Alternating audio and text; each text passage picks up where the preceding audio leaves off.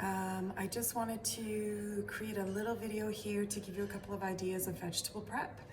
So nothing fancy. I'm just gonna take a head of cauliflower. I'm just trying to give you some options in terms of vegetables that are easy to prepare, that they feel like they're a headache, but in fact, once you get them prepared, the mise en place, which is the setting up of your station, is really the key to the whole thing. And once that's done, these are some of the most easily prepared vegetables that you can find, and they're very helpful. So I'm just taking in a cauliflower. This cauliflower has actually been around for longer than I care to admit. It's been sitting on the counter here because I haven't got around to it. So it's starting to brown a little bit at the top. No matter, I'm just gonna really basically take a knife and sort of cut right through, sort of deep into the core there, so that I'm taking out the leaves. That allows me to take out the leaves, and it does give me already a couple of florets that probably would detach if I pulled on them. And what we're gonna do is we're gonna create two different kinds. So I'm gonna get two different dishes going. And these dishes, I don't know how many people you tend to be preparing for, but if it's just for you, then this would go for like a full week, if not longer. I tend to be preparing for 4 at the minimum. So this is a good way for me to get 2 dishes prepared, or 2 side dishes prepared, all in one go. So I'm just, like I said, going around the core here to take these leaves off.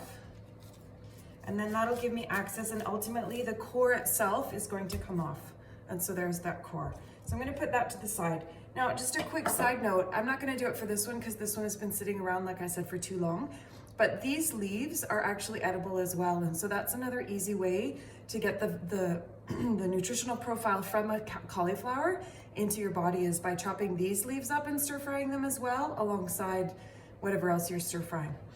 But these leaves are a bit old for me at this point, and so they're a little wilty, and I don't want to do that. So now the game is really just very simply, I'm gonna do 2 different things. I'm gonna rice some cauliflower into this to create some riced cauliflower for maybe like a tabbouleh salad. And in this one, this is just a baking dish that's gonna be able to go in the oven. And so into this one, I'm just gonna put basic sort of smallish florets. But because in a cauliflower you get kind of more than what this pot can handle, that's why I'm gonna do both at the same time. So here I'm just gonna make these medium-sized florets. Where they don't come off just on their own, then I just cut them. So I'm not worrying about a beautiful floret shape or anything. I'm just really grossly cutting it all together. And once this is full, then the rest I'm gonna rice into this other bowl. So this is like a medium-sized cauliflower, and fairly quickly I get to the point where my baking dish is, you know, pretty full. Now the great thing about cauliflower is that there's lots of really good vitamins in there. It's great for our brain health. One of the funny things about vegetables is that often they resemble the organ that they are great for. So this sort of brain-like texture gives you a hint that it's actually brain food. So that's kind of funny. So I'm gonna put 1 more in here, and then I'm gonna go on to rice the rest of it. So that's pretty full. Now all I'm gonna do is I'm gonna dump like half of a can of coconut milk on top of this. I'm gonna leave it in the fridge. If you wanted to put some garlic in there, you could. A little bit of salt. If you wanted to put herbs in there, you could. But honestly, I just put coconut milk and I close it up and I put it in the fridge until I'm ready to use it. And then when I'm ready to use it, I put it in the oven. I turn the oven on to 200 and I leave it in there for like 45 minutes, maybe an hour. So it's quite slow cooked. And then it's nice and soft and bubbly, and there's a lovely flavor to it with the coconut milk. So that's easy step number 1. Easy step number 2, you need some sort of a food processor, because we're going to what's called rice this cauliflower. So we're gonna make it look like rice is what we're gonna do. So I have to, my mixer is a little bit fastidious. So I have to go in very, very small chunks.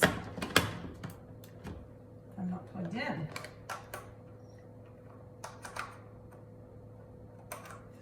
So that's all there is to it, is I'm just ricing it, giving a couple little blitzes, and then I dump it into here, and then I start again, and I go little bit by little bit because that's what my mixer requires of me. But even at that, it's a fairly smooth and really easy process. Sorry, my mixer's just...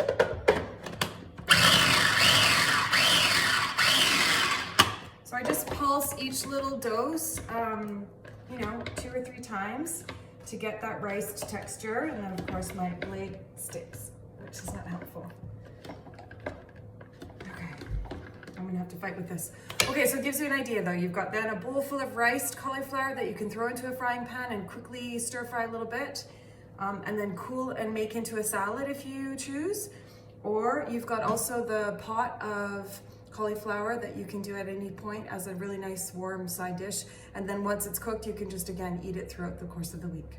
Those are a couple ideas. Enjoy.